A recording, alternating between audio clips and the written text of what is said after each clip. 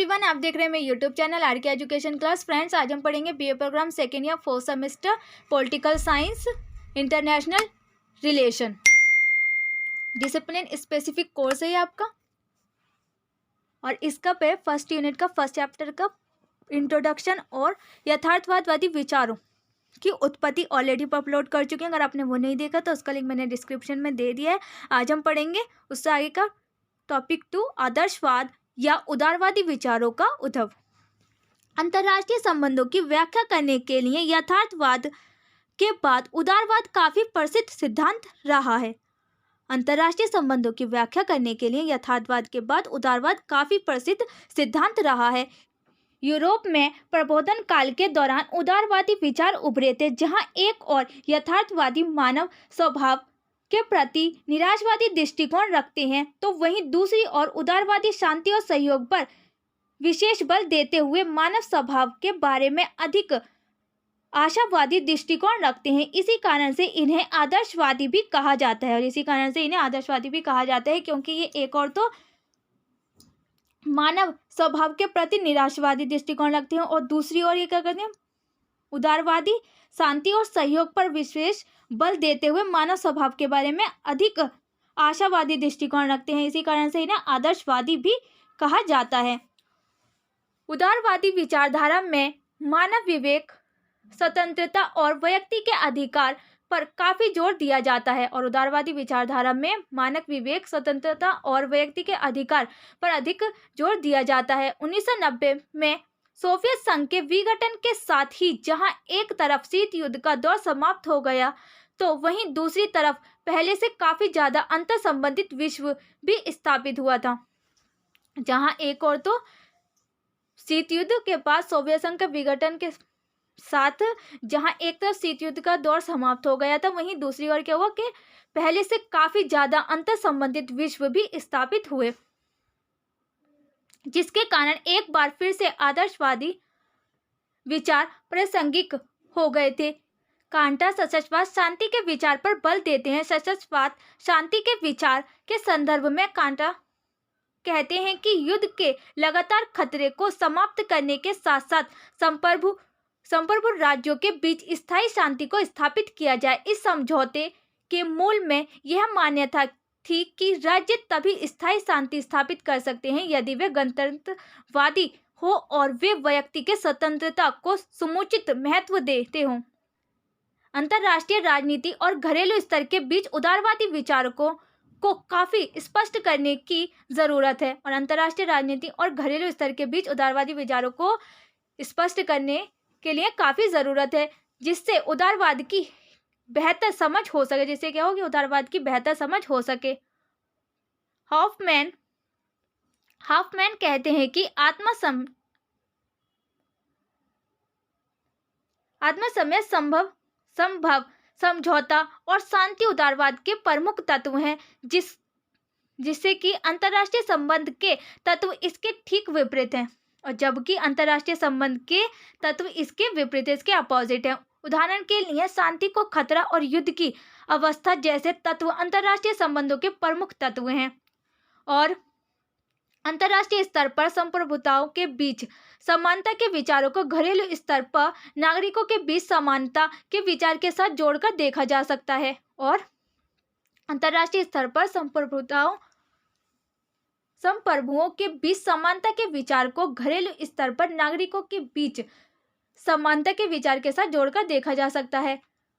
जब युद्ध का बोझ उठाने वाले नागरिक अपनी सरकार का चयन करेंगे तो इससे युद्ध असंभव हो जाएगा और जब युद्ध का बोझ उठाने वाले जो नागरिक हैं वो सरकार का चयन करेंगे तो इससे क्या होगा, युद्ध असंभव हो जाएगा। और उदारवादियों द्वारा यथार्थवादियों के इस तर्क का भी विरोध किया जाता है कि अंतर्राष्ट्रीय राजनीति केवल शक्ति के राजनीति का ही क्षेत्र रहा और उदारवादी मानते हैं कि ये सभी तर्क जो है केवल विचारों की उत्पत्ति भर हैं और इन विचारों को उदारवादी ढांचे के अनुसार बदला भी जा सकता है। और पिछले कुछ वर्षों में उदारवादियों ने युद्ध के पीछे के कारणों का उल्लेख करते हुए कहा है कि अलोकतांत्रिक देशों द्वारा अपने आत्महितों को बढ़ावा देने के कारण ही युद्ध हुए हैं और अलोकतांत्रिक देशों द्वारा अपने आत्महितों को बढ़ावा देने के कारण ही युद्ध हुए हैं। थॉमस पेन अपने कृत द राइट ऑफ मैन में कहते हैं कि युद्ध के प्रणाली से केवल शक्तिशाली लोगों को हितों को बढ़ावा मिलता है। और थॉमस पेन अपने कृत द राइट ऑफ मैन में कहते हैं कि युद्ध के प्रणाली से केवल शक्तिशाली लोगों के हितों को ही बढ़ावा मिलता है। उदारवादी राज्यों के बीच युद्ध न होना और शाश्वत शांति के विचारों को लोकतांत्रिक शांति सिद्धांत के नाम से भी जाना जाता है। डॉयल 1986 लोकतांत्रिक शांति सिद्धांत का वर्णन करते हुए कहते हैं कि यह सिद्धांत मौलिक तौर से इस विचार पर आधारित है कि अंतर्राष्ट्रीय व्यवस्था में भागीदारी करने वाले राज्य लोकतांत्रिक होंगे और यदि लोकतांत्रिक राज्य अलोकतांत्रिक राज्यों के साथ संकलन करने का प्रयास करते हैं तो उस मामले में सिद्धांत सही नहीं माना जाएगा। और अगर सिद्धांत मौलिक तौर से इस विचार पर आधारित है कि अंतर्राष्ट्रीय व्यवस्था में भागीदारी करने वाले जो राज्य लोकतांत्रिक होंगे, यदि लोकतांत्रिक राज्य अलोकतांत्रिक राज्यों के साथ संकलन करने का प्रयास करते हैं तो उस मामले में सिद्धांत सही नहीं माने जाएंगे। तो फिर हम यह कैसे गैर उदार राज्यों के साथ संबंध स्थापित कर सकते हैं? इसके लिए डॉयल दो प्रकार की रणनीतियों का उल्लेख करते हैं। डॉयल पहली रणनीति का वर्णन करते हुए कहते हैं कि उदारवादी राज्यों को आपस में मिलकर एक मजबूत गठबंधन का निर्माण करना चाहिए। पहली रणनीति में वे कहते हैं कि उदारवादी जो राज्य हैं उनको आपस में मिलकर मजबूत गठबंधन का निर्माण करना चाहिए जिससे कि वे अलोकतांत्रिक राज्यों को नियंत्रित कर सकें, जिससे कि वे अलोकतांत्रिक जो राज्य हैं उनको नियंत्रित कर सकें। और वही दूसरी रणनीति के अंतर्गत वे प्रेरणा अर्थात लोगों को एक सच्चे लोकतांत्रिक राज्य के क्षमता का एहसास करवाना, पूर्ण संरचना अर्थात शांति स्थापित करना और अर्थव्यवस्था का पूर्ण निर्माण करना और हस्तक्षेप अर्थात यदि प्रचलित शासन व्यवस्था के विरुद्ध व्यापक पैमाने पर असहमति और विरोध होने लगे तो वहीं लोकतांत्रिक मूल्यों को स्थापित करने का प्रयास करना जैसे तत्वों का उल्लेख करते हैं। डॉयल 1997 इन विचारों ने ही उदार अंतर्राष्ट्रीय व्यवस्था का निर्माण किया, जिन्होंने 1990 के दशक के प्रारंभ में संयुक्त राष्ट्रीय संघ, विश्व व्यापार संगठन और अंतर्राष्ट्रीय मुद्रा कोष जैसे वैश्विक संगठनों द्वारा लागू किया गया था। अंतर्राष्ट्रीय संबंधों में उदारवाद के विकास को उदारवाद के अंतर्गत उसके शास्त्रीय विचारों और नव उदारवादी परंपरा को देखकर औपचारिक तौर से समझा जा सकता है। अंतर्राष्ट्रीय संबंध में उदारवाद के विकास को उदारवाद के अंतर्गत ही उसके शास्त्रीय विचारों और नव उदारवादी परंपरा को देखकर औपचारिक तौर से समझा जा सकता है। शास्त्रीय उदारवाद के उदय को रिचर्ड कॉपडिन और वुडरो विल्सन के साथ जोड़कर देखा जाता है। इन्होंने काटावादी उदारवादी परंपरा को अपनाया और उसे एक औपचारिक दृष्टिकोण प्रदान किया। 20वीं शताब्दी में विशेष तौर से प्रथम विश्व युद्ध के बाद 20वीं शताब्दी में और विशेष तौर से प्रथम विश्व युद्ध के बाद विश्व के विकास के लिए 10 जनवरी 1920 को राष्ट्रीय संघ लीग ऑफ नेशन का निर्माण किया गया था। 10 जनवरी 1920 को राष्ट्रीय संघ का निर्माण किया गया था जो था लीग ऑफ नेशन। राष्ट्रीय संघ का निर्माण इस विचार के आधार पर किया गया था कि राज्यों के बीच हितों के स्वाभाविक सामंजस्य के विचारों को बढ़ावा देकर सार्वभौमिक शांति स्थापित नहीं किया जा सकता है और इसी कारण से इसे कृत्रिम रूप से निर्मित करने की आवश्यकता थी। 1918 में अमेरिकी राष्ट्रपति वुडरो विल्सन द्वारा किए गए 14 सूत्री भाषण में भी राष्ट्रीय संघ के प्रारंभिक विचारों को देखा जा सकता है। उन्होंने अपने भाषण में सामूहिक सुरक्षा के विचार पर काफी जोर दिया था। सामूहिक सुरक्षा शब्द का प्रयोग ऐसी प्रणाली व्यवस्था के संबंध में किया जाता है जहां प्रणाली से जुड़े प्रत्येक राज्य यह स्वीकार करते हैं कि एक राज्य की सुरक्षा सभी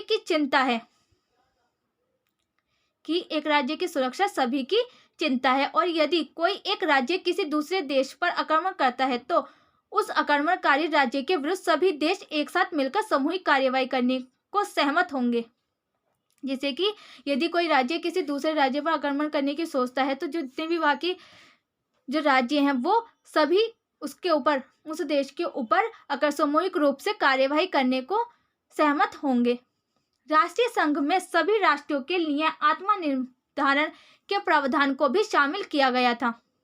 और राष्ट्रीय संघ के सभी राष्ट्रों के लिए आत्मनिर्धारण के प्रावधान को भी शामिल किया गया था। अमेरिकी राष्ट्रपति वुडरो विल्सन द्वारा राष्ट्रीय संघ के विचार को बढ़ावा देने के बावजूद अमेरिका स्वयं राष्ट्रीय संघ में शामिल नहीं हुआ, क्योंकि अमेरिकी कांग्रेस ने इस संधि को अपनी स्वीकृति नहीं दी थी। यह राष्ट्रीय संघ के असफलता का एक बहुत बड़ा कारण बना। यह राष्ट्रीय संघ के असफलता का एक बहुत बड़ा कारण बना था। इसी कारण से राष्ट्रीय संघ की तरह ही शास्त्रीय उदारवादियों के विचार भी बुरी तरह से असफल हो गए थे। और इसी कारण से राष्ट्रीय संघ की तरह ही शास्त्रीय उदारवादियों के जो विचार थे वो भी बुरी तरह से असफल हो गए थे। और इसी कारण से उदारवादियों को कल्पना लोकवादी कहकर उनकी आलोचना भी की जाती थी। और इसी कारण से उदारवादियों को कल्पना लोकवादी कहकर उनकी आलोचना भी की जाती थी, उन्हें नीचे दिखाया जाता था और उनके विचारों को नैतिक अलंकारिक कहा जाता था। हिटलर के खतरे का सामना करने में सामूहिक सुरक्षा की अवधारणा असफल रही और हिटलर का सामना करने में सामूहिक सुरक्षा की अवधारणा असफल रही और इसी कारण से अंत में यह द्वितीय विश्व युद्ध का कारण बना। वहीं 1946 में राष्ट्रीय संघ ने भी काम करना बंद कर दिया था। नेक्स्ट है नव उदारवाद। द्वितीय विश्व युद्ध के अंत के बाद भूतपूर्व सोवियत संघ और संयुक्त राज्य अमेरिका के बीच शीत युद्ध का दौर आरंभ हो गया था। द्वितीय विश्व युद्ध के बाद, सेकेंड वर्ल्ड वॉर के अंत के बाद भूतपूर्व सोवियत संघ और संयुक्त राज्य अमेरिका के बीच शीत युद्ध का दौर प्रारंभ हो गया और इसी कारण से नव उदारवादी यह दावा करने लगे कि अंतर्राष्ट्रीय व्यवस्था के संरचनात्मक अराजकता के कारण राज्यों के चिन्ह नैतिक आशंकाओं के संदर्भ में शास्त्रीय उदारवादियों द्वारा बात की गई थी वह वास्तव में संभव नहीं है। 1970 के दशक में द्वितीय विश्व युद्ध के बाद के वर्षों में नव उदारवादियों की भाषा काफी व्यवहारिक थी और 1970 के दशक में द्वितीय विश्व युद्ध के बाद के जो वर्ष थे उसमें नव उदारवादियों की जो भाषा थी वो काफी व्यवहारिक थी। अब नव उदारवादियों द्वारा मुक्त व्यापार, अंतर्राष्ट्रीय मानक और कानूनों पर काफी बल दिया जाने लगा था और अब नव उदारवादियों द्वारा मुक्त व्यापार, अंतर्राष्ट्रीय मानक और कानूनों पर काफी अधिक बल दिया जाने लगा था। नव उदारवादी नव यथार्थवादियों से काफी अलग थे और नव उदारवादी जो थे वो नव यथार्थवादियों से काफी अलग थे, क्योंकि नव उदारवादियों द्वारा राज्य के बजाय गैर सरकारी संगठनों और प्राराष्ट्रीय संगठनों के रूप में अन्य संगठनों को प्रमुख अभिकर्ता माना जाता है, इसलिए इन्हें नव उदारवाद संस्थावादी भी कहा जाता है। और हालांकि नव उदारवादी नव यथार्थवादियों के 3 मौलिक अवधारणाओं अंतर्राष्ट्रीय व्यवस्था की संरचना अराजक है, राष्ट्रीय राज्य काफी महत्वपूर्ण है और सामाजिक विज्ञान को तार्किक विज्ञान बनाने का प्रयास करना चाहिए जो स्वीकार करते हैं। और जो नव उदारवादी हैं वे सकारात्मक पद्धति और तथ्य मूल विरोधाभास पर बल देते हैं। यही इन्हें शास्त्रीय उदारवादियों से अलग करता है। शास्त्रीय उदारवादियों से डिफरेंट होते हैं ये इसीलिए। नव उदारवादियों द्वारा नव यथार्थवादियों के मौलिक अवधारणाओं को स्वीकार किया जाता है और नव उदारवादियों द्वारा नव यथार्थवादियों के जो मौलिक अवधारणा है उनको भी एक्सेप्ट किया जाता है, परंतु इसके बावजूद नव उदारवादी मानते हैं कि सहयोग संभव है और वे इसके बावजूद भी मानते हैं कि सहयोग संभव है। और इस संदर्भ में नव उदारवादियों ने संयुक्त राष्ट्र संघ और अन्य बहुपक्षीय संस्थाओं पर ध्यान केंद्रित किया था, जो कि राष्ट्रीय संघ के रूप में वुडरो विल्सन के द्वारा प्रस्तावित विचारों की प्रवृत्ति है। तो वहीं नव यथार्थवादियों और नव उदारवादियों के बीच कुछ प्रश्नों जैसे वह आदर्श स्थिति क्या है जिसके अंतर्गत राज्य सहयोग करेंगे को लेकर काफी वाद विवाद भी रहा है। इस संबंध में जहां एक तरफ नव यथार्थवादी राज्यों के संपेक्षित लाभ पर बल देते हुए कहते हैं कि एक राज्य को उसके सहयोग के लिए अन्य प्रतिद्वंदी राज्यों की तुलना में अधिक लाभ प्राप्त होना चाहिए, कि एक राज्य को उसके सहयोग के लिए जो अन्य प्रतिद्वंदी हैं राज्यों की तुलना में अधिक लाभ प्राप्त होना चाहिए। तो वहीं दूसरी तरफ नव उदारवादी निरपेक्षित लाभ पर बल देते हुए कहते हैं कि यदि दो राज्यों के आपसी हितों के कारण प्रत्येक राज्य को लाभ हो रहा है तो इसे सहयोग को बढ़ावा मिलेगा।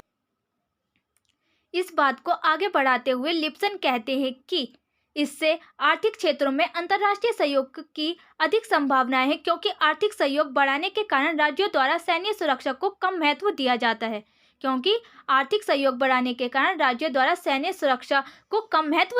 है। जब से नव यथार्थवादियों ने सुरक्षा के मुद्दे पर और नव उदारवादियों ने राजनीतिक अर्थव्यवस्था के विषय पर बल देना आरंभ किया है, तब से अंतर्राष्ट्रीय व्यवस्था में सहयोग के विचार पर इन दोनों का अलग अलग दृष्टिकोण देखने को मिलता है।